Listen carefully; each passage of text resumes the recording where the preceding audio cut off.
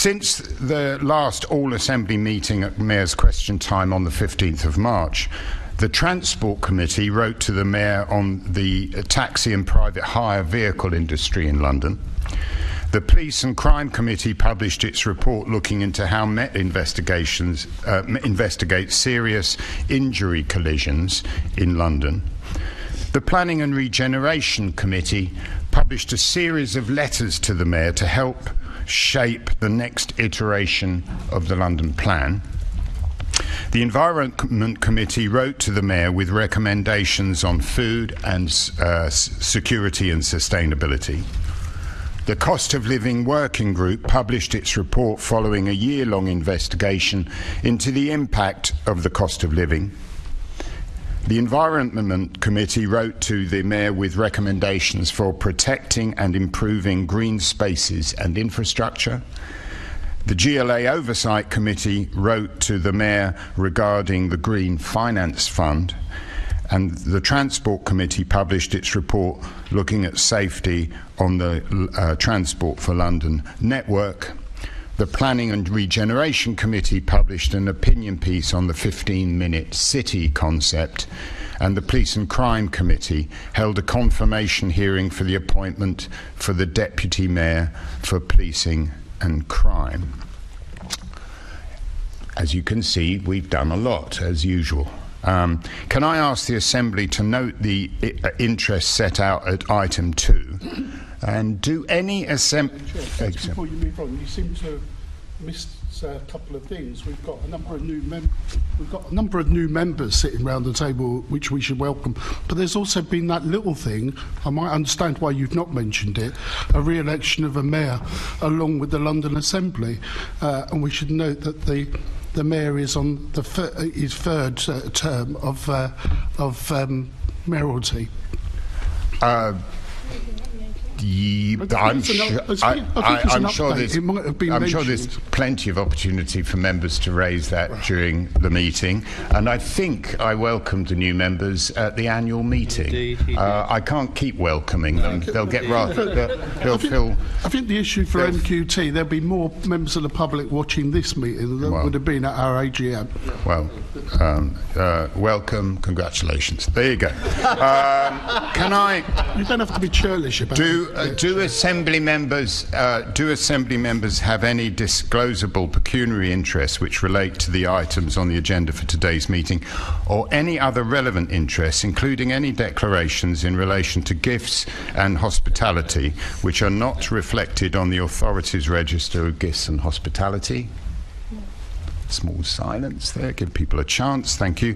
Can I ask the Assembly to confirm the minutes of the London Assembly plenary meeting held on the 7th of March 2024 and the London Assembly Mayor's Question Time meeting held on the 15th of March 2024 to be signed by me as a correct record? Can I ask the Assembly to formally receive the Mayor's report covering the period from the 2nd of March to the 9th of May 2024? The Mayor will now provide an oral update of up to 5 minutes in length on matters occurring since the publications of his report. Mr. Mayor.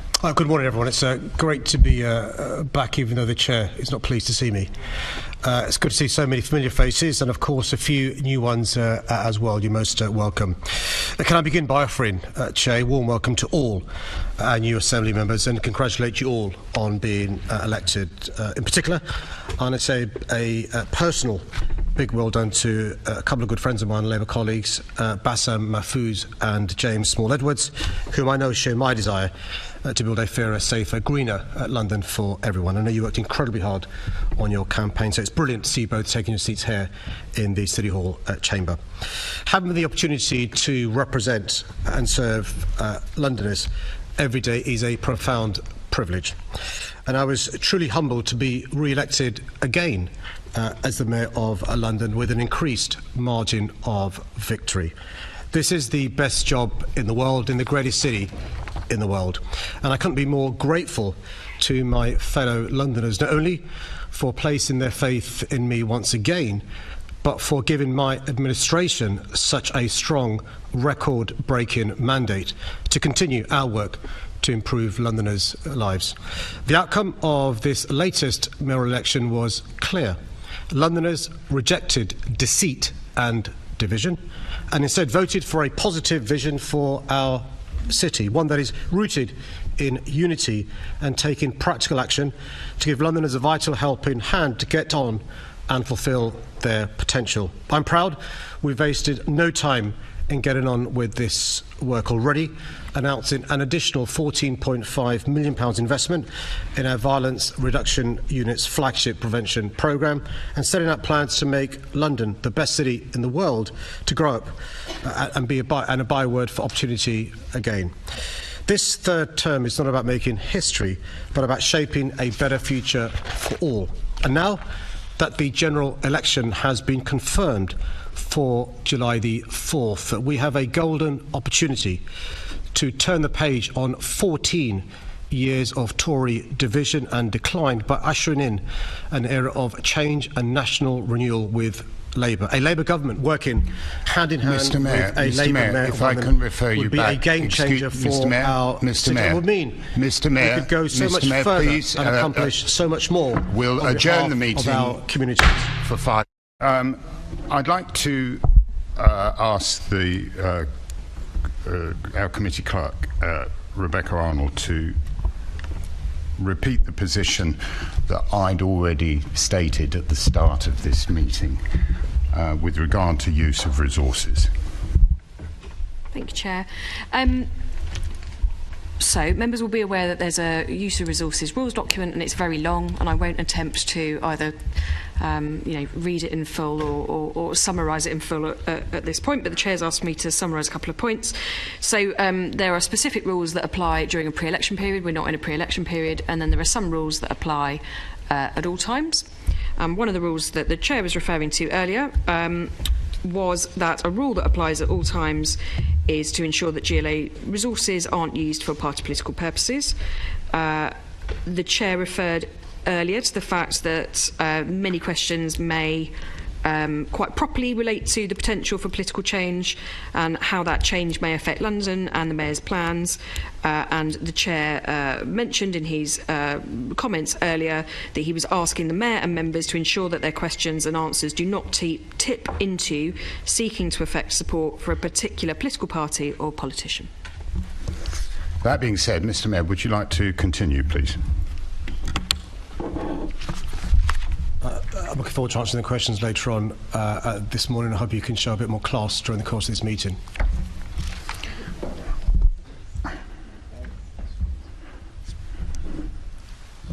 Class wars start early. If we can now move to the questions on the priority order paper, each group is allocated an amount of time to ask their questions that is proportionate to their size. The first question concerns water pollution in London from Assembly Member Bokhari. Morning. The regular release of untreated sewage into our rivers by water companies is a scandal, and it cannot continue. Neither I, the GLA or boroughs have any powers over sewer discharge in our waterways. I've written again to the Thames Water Chief Executive, and my team have met with him to be absolutely clear that continued inaction will not be tolerated. London's rivers are the arteries of our city, and Londoners deserve action to clean them up. The target the member refers to is a Thames Water commitment set out in their pollution incident reduction plan. It's not correct to suggest it's a commitment I've made as Mayor. The Thames Water 2025 targets were monitored by the GLA over a 2-year period. Thames Water reported that around £1.3 billion of investment had been made in London from April 2020 to September 2022. But despite this investment and their commitment to improvements, pollution incidents didn't decrease, they actually increased. Thames Water's most recent river health report, published last month, showed that there were a similar number of pollution incidents in 2023 as 2022. This is an appalling and unacceptable situation. It's obvious Thames Water needs to do much more to turn their record around and start taking proper care of our waterways. The body responsible for regulation for the privatised water and sewage industry is Ofwat. It's Ofwat's job to hold Thames Water to account. Earlier this year, I called on ministers to stop turning a blind blind eye to the pollution in our rivers, demanding they introduce tougher penalties for water companies that pollute. In the absence of national government action, I'm launching an ambitious plan to make rivers in London swimmable within a decade, cleaning our rivers for nature and in turn opening up more swimmable open spaces for Londoners where suitable and safe. While I don't have the power or resources to rectify this dire situation on my own, I've asked my officers to start working on a collaborative plan to drive forward action in this area, marking out the work needed over the coming years to clean our waterways and restore river health and water quality, whilst also taking short-term wins where we can. Okay, thank you. I mean, it sounds like the target of 2025 is not going to be met because of many reasons that you've just laid out. But the government have had a shocking record on sewage in our rivers. But considering your limited powers, as you've just said, you did make a commitment in your manifesto with very little detail to make London's water swimmable within 10 years. So what specific actions have you got in place to make rivers swimmable? How are you going to monitor the progress? And will you swim in the Thames once it's clean and safe? Well, colleagues had already taken advantage of swimming in the Thames outside City Hall in the Royal Docks. As I said in the answer to my question, I've asked colleagues in City Hall to draw up how we can work together, working with the fantastic environmental campaigners, working with boroughs, working with the government, Environment Agency, Ofwat and others to do what we can to make the river swimmable. We already know the progress we've made in relation to the difference Beavers in London makes in relation to building dams, river reeds in relation to reducing pollution and other policies as well. We'll be setting out how we're going to get to a cleaner river. The good news is we've shown in the past that we can clean the air, and I'm sure we can make progress in cleaning the river as well. I mean, you've talked again about the lack of powers. Now, Copenhagen and Paris have greatly improved their waterways because they have devolved powers for water supply and sanitation. So will you support and lobby the next government to implement such a model? Of course, we're going to lobby the next government to devolve more powers and resources to London. That includes in all areas. One of the frustrations we have, of course, is Thames Water are responsible for a lot of the problems that we're trying to seek to address. So we want to obviously fix the problem at source in relation to the problems Thames Water is having. And like you said, there's a separate issue about cleaning up the river as well. We want to do both. What we don't want to do is a situation where on the one hand we've got a great plan and we're making progress cleaning up the river, but there's still sewage being discharged into the River Thames and other rivers across our great city. Okay, well, the major contributing factor to water pollution actually across London is missed connections, where plumbing connects to surface runoff sewers instead of wastewater sewers. And there's currently 943 identified misconnections in London, but some boroughs perform better than others in identifying those misconnections and forcing action. Will you use your convening powers to ensure best practices on tackling misconnections are being shared throughout London? Yeah, it's particularly an issue in and out of London, less so in central London, but we are trying to make sure that Thames Water understand the consequences of doing so. You're spot on to recognise this as one of the factors which can be rectified. Okay, thank you very much, Mr. Mayor. Lots still to do to make sure that our rivers are clean, but I'm sure that if we are pushing for more devolved powers from your perspective, I think that we'll be able to see some progress there. And I'd like to see a comparative way of the way we're working in Paris and Copenhagen here in London too. Thank you. Thank you. Assembly Member Cooper, please. Thank you. You'll probably have noticed that Assemblymember Bokhari rather delightfully asked my question as it was listed, which related to the plans for swimming in the next 10 years. And you've covered off some of the things that I wanted to ask about in your answer to her. I just wondered if you could talk a bit about whether or not you think the Environment Agency, which has been stripped of money and staffing, needs to be beefed up to actually address some of the issues that relate to the activity or indeed the inactivity of the water companies. Thank you for your question and your action in this area. Look, I think Ofwat, as I said in my answer to the question from Hina Bokhari, are the body in charge of the regulation of the privatised water companies. I think they've dropped the ball in relation to holding the water companies to account. There's a separate issue in relation to the powers they have or lack of powers they have, the lack of teeth Ofwat have, the lack of action from the Environment Agency, the missing in action DEFRA ministers in relation to this issue. I think they do need more powers. I think also there's a discussion about the additional investment that's required.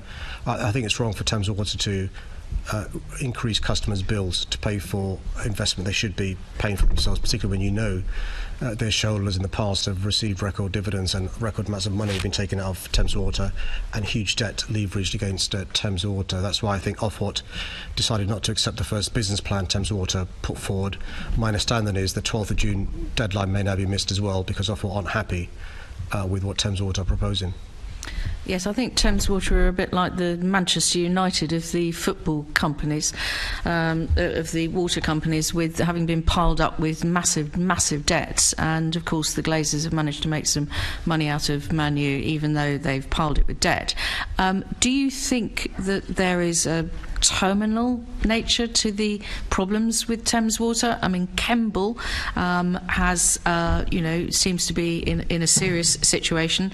And on the 17th of May, just this week, we've heard that the biggest investor has just slashed the value of their investment in Thames Water to zero, which implies that they think the situation is potentially terminal. Are we moving back towards seeing potentially the government needing to renationalise the water companies, or at least Thames Water? Yeah, it's just worth reminding ourselves when Thames Water was privatised in 1989, there was zero debt. That's right.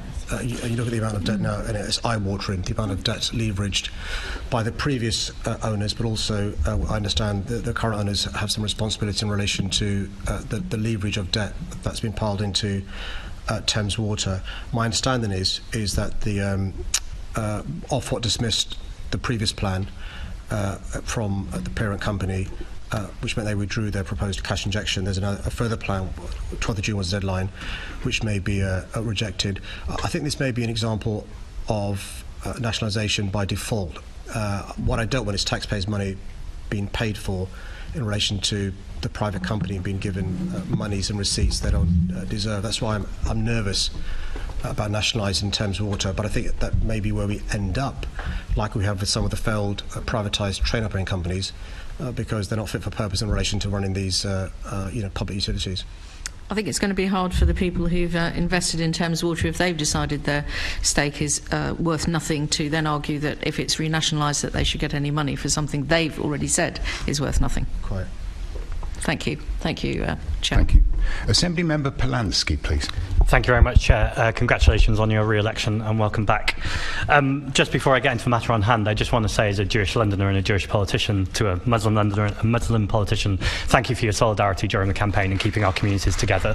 I appreciate that, and I know Londoners do too. On the matter in hand, during the election, you said that you will demand action from Thames Water. You've just said they're getting things wrong and that they need to do much more. What does demanding action specifically mean? Well, thanks for your question and for your generous comments. So we've already met Thames Water a number of times, the previous chief executive, the one before her, and the current chief executive as well. I think, being generous, the chief executive's hands are tied to an extent by, I think Leonie Cooper referred to the parent company and what they're willing and not willing to do. And we're also working closely with Ofwat. So by holding them to account, it's not just simply in relation to the issues we've discussed in the past, flash flooding that could have been prevented by better action from Thames Water. There's the issue we're discussing this morning, the pollution in our rivers. A separate issue in relation to their lack of forward plan in relation to the reservoir that we know is needed in Oxford in relation to future plans for water supply in London, and I could go on. So it's making sure they've got a holistic approach to all these various issues that we know are coming, at the same time as making sure they provide value for money.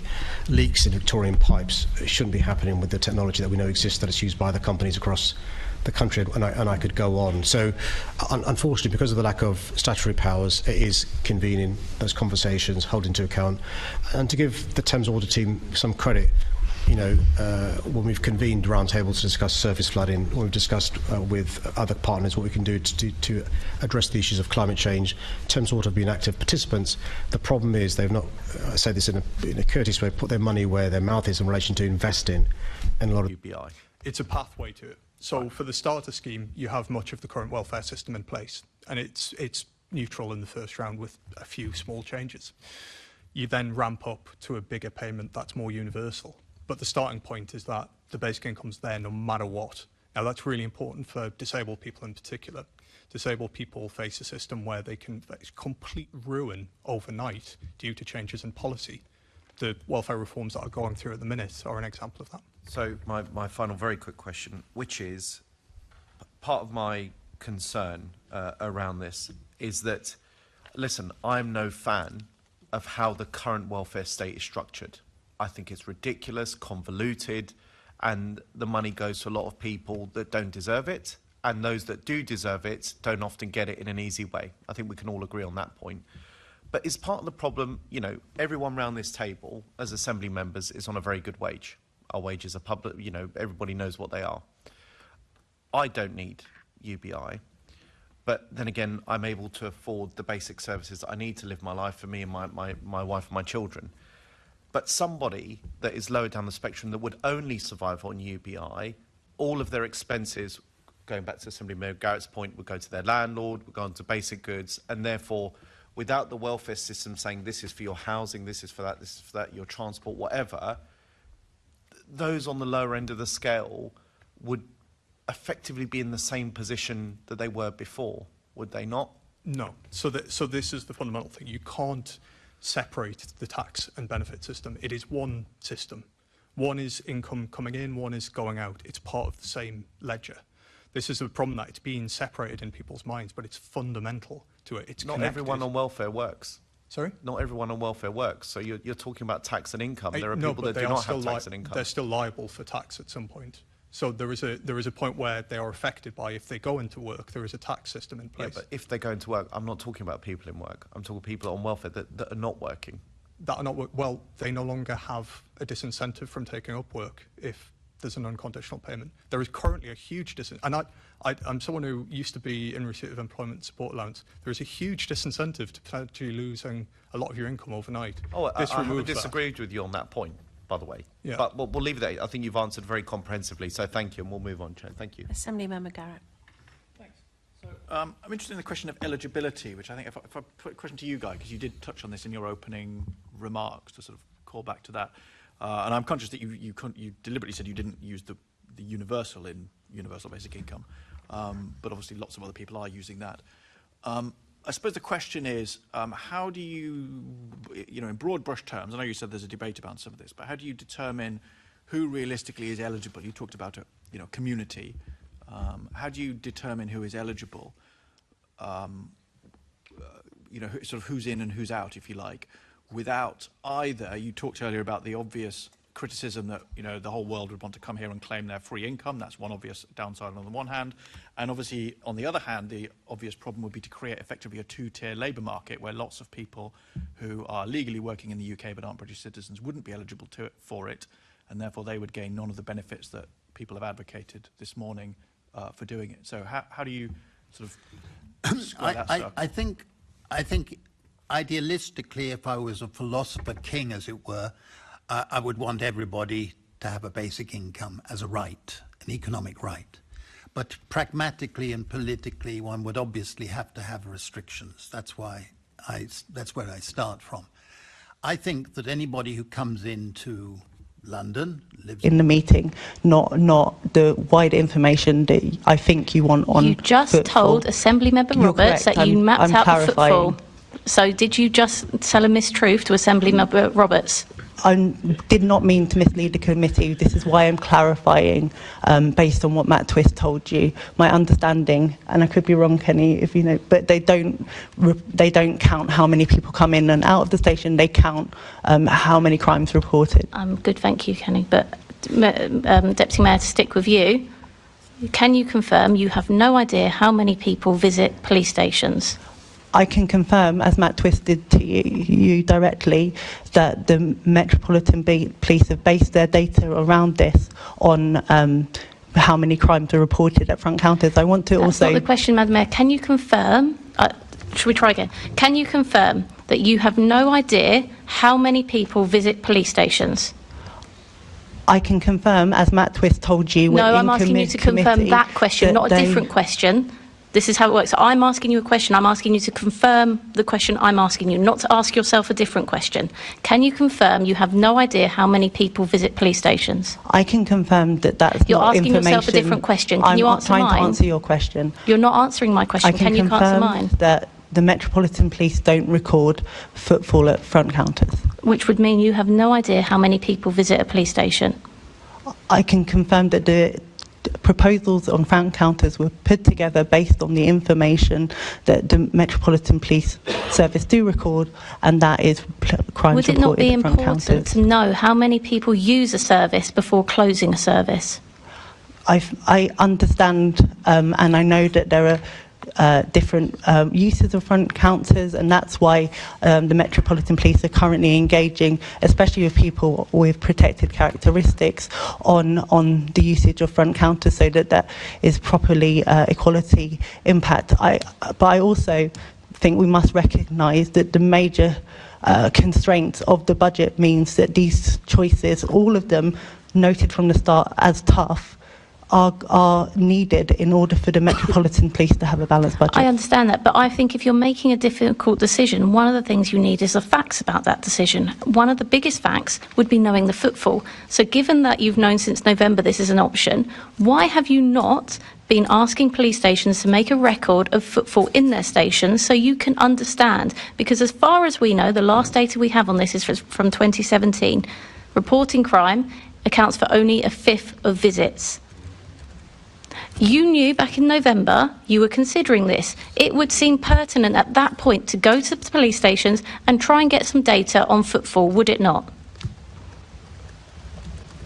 I can reiterate that the police, in their work to take this to an operational proposal, have used the data that they have available to them, and that is on reported crime, and that 95% of that reported crime is now done online or on the telephone. And have you looked into the type of crime? For example, if we're looking at rape, do you know how many rapes, the last time we got data on this, do you know how many rapes were reported at a front counter?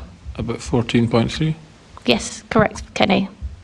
Did the Mayor know that, or were you just trying to help her out? 14% of rapes. I'm not the Mayor of London. Sorry, the Deputy Mayor. Well, yeah, the Deputy Mayor, you're trying to help her out. 14% of rapes reported at a front counter. That is important. The type of crime reported at a front counter is important. I agree with you, Assembly Member Best, which is why through the work that the Metropolitan Police are doing at the moment, working up the proposals, it is important that those things are looked at through the equalities impact assessment. But it is getting to the point of misleading. You openly just said to Assembly Member Roberts this is based on footfall. Last week, the Mayor of London said, I will write to you. Last month, you and the Assistant Commissioner said you would write to me. You are being misleading. You need to be open that you don't have that data. Now going on to the cost of the proposals. The other cost I would like to know is how much is being saved from the closure of Chingford Police Station? I don't have that individual granular information in front of me. This wasn't a topic that I was asked to prepare for today. I can ask the Metropolitan Police to provide that. I've already asked for that information, and I've been waiting for about 6 weeks. I'm happy to look into that for you, Assembly Member. It's hard to believe when you've gone to the extreme of closing these front counters, not even looking at reduction at. Not even looking at a reduction. To be made on looking at not even looking at a reduction of hours. Not being clear about the savings in that. If I break it down per front counter, it would be £411,000 per counter. I've asked police officers in that station. I've asked inspectors. Does that make sense? They can't tell me how that figure would make sense. I need you to be able to tell me that figure and how that figure makes sense, and you can't. I'm happy to chase the inquiry you've given to the Metropolitan Police. Well, you were going to chase that on footfall, and here we are, 6 weeks later, admitting that you have no idea. Right. Can we have, as a matter of urgency, the answers to the question that Assembly Member Best put? Because they are genuinely good questions that I would have thought that you would have the answer to. We need to know. You do not understand quite clearly just how upset Londoners are about having their front counters closed. We all know because we've received the emails all the time. They are very upset. I'm even more upset that you knew that it was a possibility in November, and as a politician didn't turn around and say that will upset absolutely everybody. We can't do that, especially, Mr. Mayor, since you promised you wouldn't do it in your manifesto. Anyway, I've got Assembly Member Duval and then I think Assembly Member Roberts. Very, very brief, both of you. So rightly, people are asking questions about the finances. I just want to understand, because MOPAC is in charge of the policing budget. Yes, I'd say thank you for the nods. So if you're in charge of the policing budget, what steps have been taken to check and double check the figures that have been provided by the police of the savings of these front counter proposals have been given? So, if you could explain to us if that's happened and that exercise, and maybe you can add that to the list of writing back to us. So I know that our CFO is quite... Sorry, apologies, normally I'm told to be quieter and speak more quickly. So our CFO, I know she has had quite extensive consultations with the CFO and others across in the Metropolitan Police about all of this. Exactly on what scale, I'm afraid that is on the finance side, not directly on my side of stuff, so I would need to give you more details. But I know that we do look at this, we do check the deliverability, how sensible we think it is in terms of the scale of it, and we try and do look at the cumulative impact to assess whether actually what the Met is proposing on the whole is within, I suppose, because you've only got a certain amount of change capacity, don't you? So there's no point listing 1,000 things which are each going to deliver £1 if you can only deliver 500 things. You need to then scale it at a proper level, because sometimes it's the same resource to deliver £1 as it is to deliver 1 million. So that will have been gone through. The exact details of that, if you want, Assembly Member Duval, I'll need to get from the CFO and put that back in a letter to you. Thank you. Assembly Member Roberts. Very quick one, Chair. Given that there's been a commitment to give Assembly Member Best the details of the cost savings relating to Chingford Police Station, I wonder if it might be possible to get a written answer detailing every police front counter which is closing. It's a pity that it won't be available for the Budget Committee this morning. Oh, sorry, tomorrow morning, I imagine, given that we're looking at how the Assembly is sorting out the Mayor's manifesto commitments, of which this is one which has now been broken. Yes, another blurred line. So just to confirm, we would like a cost-saving analysis breakdown for every front counter that you are going to close. Can I have your commitment that we will get that and get it very quickly? We can endeavour to ask the Met. Timeline, please. I mean, they've definitely got a breakdown on the reported crime, and they've already got that broken down by things. As Assembly Member Best has pointed out, there's so much missing out of that. But the actual cost analysis would be good, and if we could have it, shall we say within 2 weeks? Yeah, we can ask for that. Yes, against every single station that's closing, because as a London-wide Assembly member, I'm getting requests. I'm going off straight from here to see somebody about another one closing. So that would be really useful. So you'll commit to within 2 weeks we will have that as a committee. I mean, I'll commit to asking for it and making clear that that is your timescale, and I will let you know straight away, Chair, if there is any issue. Yeah, it makes me nervous, you see, because poor Assembly Member Best has been promised twice and nothing has occurred. So maybe I'll phone you if we don't get it. How about that? Right, okay. Finally, we're going on to Assembly Lord Bailey. Thank you, Chair. A new Met for London 2 states that the Met will implement a resolution centre. What does this involve, and what are the timescales for this, Deputy Mayor? This is on their ongoing priority around improving call handling and call systems. You'll know that this is something that was noted in the first new Met for London needed improvement, and the Mayor has invested in to make sure that response times on 999 and 101 numbers are improved, and they are have been improving significantly. But I don't know, Kenny, if you want to comment. So just Sorry, in the interest of time, I want to move on because I have 2 other questions I want to get to. With the decline in number of officers and the increase in demand, how is MOPAC ensuring that officers will not be unduly thrown under the bus when investigations fail due to capacity constraints?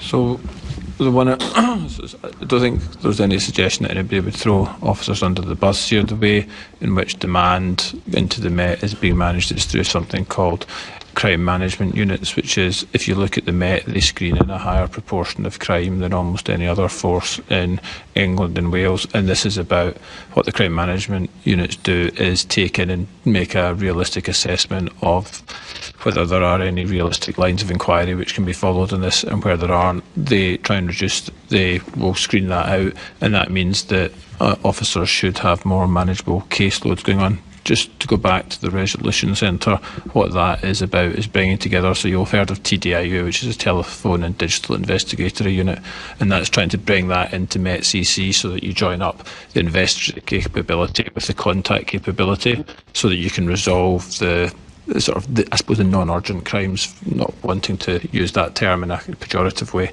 so that they can actually be resolved at first contact, which should give greater victim satisfaction and, again, to your point there, reduce demand on the officers. One of the criteria for community crime fighting is ensuring the consistency high levels of service for those reporting rape.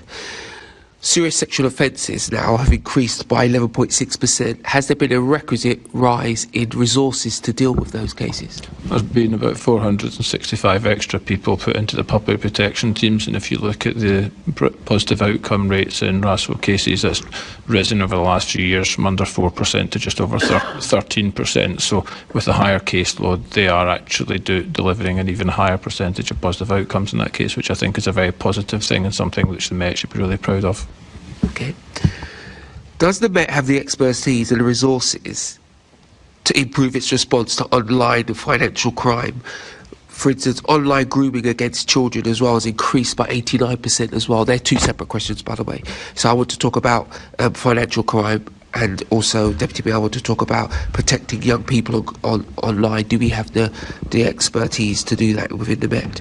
So I think on the OSSE cases, which is the online child sexual abuse and exploitation cases, the Met has made real strides in that. If you look at the things which get the referrals which are coming in from NECMEC, and you look at the capabilities that these people have, I do think that is something which has increased, and the Met are doing a much better job. If you look at what happened in terms of the previous issues for concern raised by HMICFRS on child criminal exploitation and child sexual exploitation, those issues would have gone across all of their child safeguarding and child investigatory things, and they have made significant strides in that regard, would be my first point. There still is a growing demand in that case, and the Met are going to have to think about how that's managed. I agree, if that's the crux of the question. On the second question that you were asking about the capabilities of to do financial crime, especially online, that's a very, very difficult one for any force. My personal view on that is a national issue which requires national investment and requires a proper counter-fraud and investigation strategy, and requires proper investment, and is something that the government should be looking at through their white paper in that regard. In the interest of time, Deputy Mayor, I'm going to come to you on this. Almost half of all the offences were on Snapchat. I'm focusing particularly on young people here, where the communication was known. How is MOPAC working with social media companies to clamp down on online offending and help the Met to track and monitor these offenders? Because, you know, there is an arena in which this is happening. It's a very particular arena. What are we doing to make sure that the police have the resources and impetus to work in that arena with these companies? Yeah, I think you make a really prudent point, Lord Bailey, and this is something that obviously our work in relation to the online harm bills, these are the points that we're making in terms of making sure that especially we work in tandem with the government in pushing social media companies of all sizes, including, similar to the ones you mentioned, especially using encrypted communications to have a higher safeguarding level and greater connection with investigations. So that's definitely... So is because I'm particularly focused on MOPAC here. Is MOPAC in those conversations? Of course, the government have to do what they have to do, but are you having those conversations? Are you asking for specific things for following trends we have here in London? Yes. And you're asking social media companies to look at that? We've... sorry? Yes, yes, we are, and this is something that we're continuing to lobby both tech companies, but also government through its legislation to be stronger on. We had a representative at a meeting from... Brief this time because Assemblymember Hall has already said much of what I wanted to say and said it in a very passionate and robust way. So I'll try and be brief. But I must say that I know I've only been here just over a year, and in that time I've seen some utter nonsense being discussed here, but I think this has to be definitely in the top 5. So as if the left's war on the motorist, relentless war on the motorist, wasn't bad enough already, with ULEZ, 20 miles an hour, the tunnel charges, LTNs, the congestion charge increase, which we all voted against when the Greens proposed it in the budget. But now we have this motion which takes that war on London's drivers directly to becoming a war on London's families, who need cars of this size because they have children, they have stuff that needs to be transported, and in some cases, like me, we have dogs that need to fit in the back of the car as well. So I'll declare an interest. I drive a Subaru Forester XT, at least that's one of the cars I drive, which you would categorise as being an SUV, and you'd probably regard it as being a gas guzzler, notwithstanding the fact that emissions-wise, it's probably the cleanest car I've ever owned. It weighs 1,000... My other car's an Impreza, that's much more of a gas guzzler, so that's fine. It weighs about 1,455 kilograms before I get in it. By contrast, the top 4 most popular electric vehicles sold in this country are all significantly heavier. Tesla Model Y, 1,995 kilograms. Tesla Model 3, 1,630. MG4 EV, between 1,655 and 1,685 kilograms. Nissan Ariya, about 2,000 kilograms. So all of those much heavier. If you want to tax electric vehicles off the road, be my guest, but be careful what you wish for. This motion is nonsense. Definitely voting against. So guys, back with you again for this one. Assemblymember Best. Thank you, Chair. I want to start with the frankly bizarre notion that the State of London's backlog repairs of £1.9 billion is the fault of London's families for driving their vehicles and has nothing to do with the Mayor of London for cancelling all proactive road repairs in 2018-19 and 2019-20 and at various other points as well. In fact, it was a Labour Assembly member that in January 2019 asked Sadiq Khan, "You are planning to continue the policy of significantly reducing the programme of proactive road maintenance, which will lead to a significant drop in the state of good repair for both carriageway and footways. Is this policy sustainable long term?" The Mayor replied that TfL has estimated this approach will likely cause the state of good repair for carriageway and footways to slightly reduce around 2 points, from 92 to 90. Well, he was slightly off because it's now at 88%, a massive drop from his predecessor who managed to raise state of good repair by 3%. That's also the same when you look at bridges. He inherited from his predecessor state of good repair at 81%, and that again has dropped. So after he got that up from 79%. I think, as it's been said already, though, truly this is just a tax on families who Labour in London want to hit again and again and again. As someone that has 3 children with 2 requiring car seats, I would much rather have a smaller vehicle. I would like a break from mum's taxi, but it is the reality of family life. And I think many of you forget that in outer London, families must use vehicles. The public network is not that of inner and central London. And now for the crime of having a larger family, which, by the way, is not cheap in itself in London. Labour and the Greens want you to pay more to park and more to tax your vehicle. It's an attack on motorists. Fundamentally, it's an attack on families. And also, it's a bizarre get-out for the fact that the Mayor has cancelled proactive road maintenance continually throughout his term. Thank you. Assemblymember Roberts.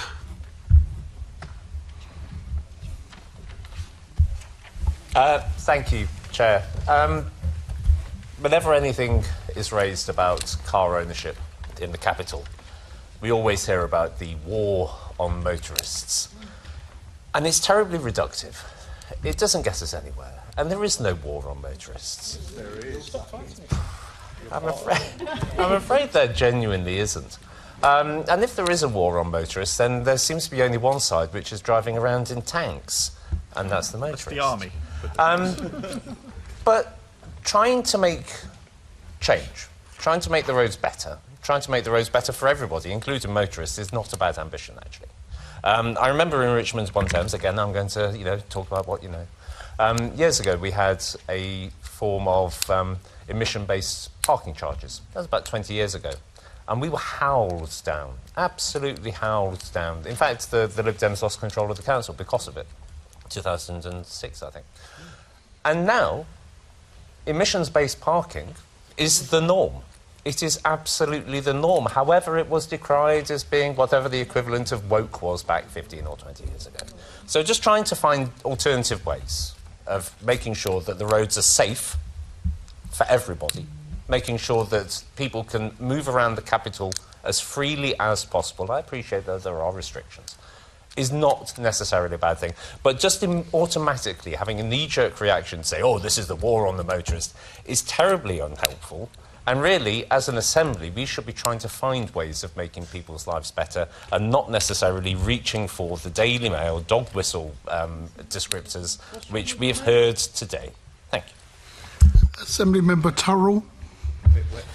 Thank you, Chair. I wasn't actually planning to speak on this motion, but I was taken by Assemblymember Baker saying that this was an anti-pothole motion, because this left me a bit confused by her newfound support of filling potholes. Because when we moved a budget amendment to plug the Mayor's budget gaps in repairing potholes, they voted against it. Because the truth is, what is causing the worsening state of London's roads is the fact that during this mayoralty, Sadiq Khan has cut £20 million, over 90% of the budget, from the money he gives councils to repair the principal road network. To people who don't live and breathe politics, those are the roads used by buses. Because out in Bromley, we have the new all-electric 358 bus. And when it isn't breaking down or ploughing into councillors' wives' cars, it is a heavier, as my colleagues have said, it's a heavier form of vehicle. But with this new vehicle, breaking our roads, being heavier, how much money this year has the Mayor given Bromley for the principal road network that it uses? Zero. How much did he give the council last year? Zero. How much did he give the council the year before? Zero.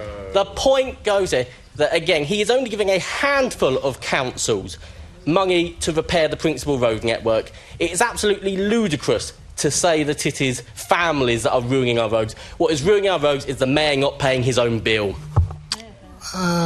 Assembly Member Georgiou. Thank you. I'm only wanted to speak on this just so I could use the phrase, this motion is just nothing but middle-class wokery from the left-wing parties. As we've already heard, as we've already heard, I'm not going to outline it. I think Assemblymember Best, hit on the point of childcare. Crucial bigger cars, the disabled, and most importantly, the white van man that needs to get around to fix the luxury homes of the Camden socialists that need them when they come. This is an Islington Labour motion from what is now an Islington Labour Party. That's all you've got left. As we've heard, if it hadn't been for this Conservative group and Assembly Member Hall's exceptional mayoral campaign, we would have had pay per mile, which you all would have been happy to go along with. We've had the congestion charge increase, the ULEZ expansion, the lefty LTNs, and the Blackwall Tunnel charges. I would say this, Mr. Chairman, which hasn't been remarked on. I was in. When was it, Neil? Yesterday. I was in Westminster with Assembly Member Garrett yesterday, and who drove by twice? There were some very fancy ministerial cars, and guess what?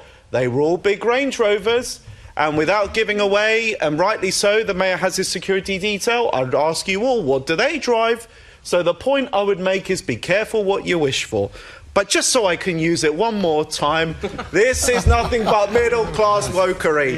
Thank you, Mr. Chairman. Assembly Member Sean Bailey. After my colleagues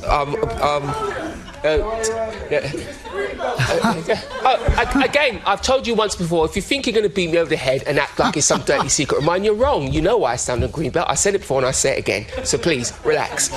Secondly, after my colleague's thumping speech, I just want to bring us down to look at a few facts. The green credentials of this motion are ridiculous, because London is full of the cars it has now, and if you force those cars off the street, you do two particular things. Firstly, the embodied carbon. You'll get rid of carbon that we've already dealt with, and you'll bring in new carbon. And by the way, they're likely to be electric cars, which are very expensive to produce, very expensive to buy. We don't know what we're going to do with the poor chemicals when the batteries are done either. So the idea that this is some kind of green policy is madness, and the Greens should know better, because we rely on you for this kind of information. You seem to have forgotten that. My colleague, Assemblymember Best, talked about this, an attack on the families. To be clear, you will all know this, to raise a family in London is hugely expensive.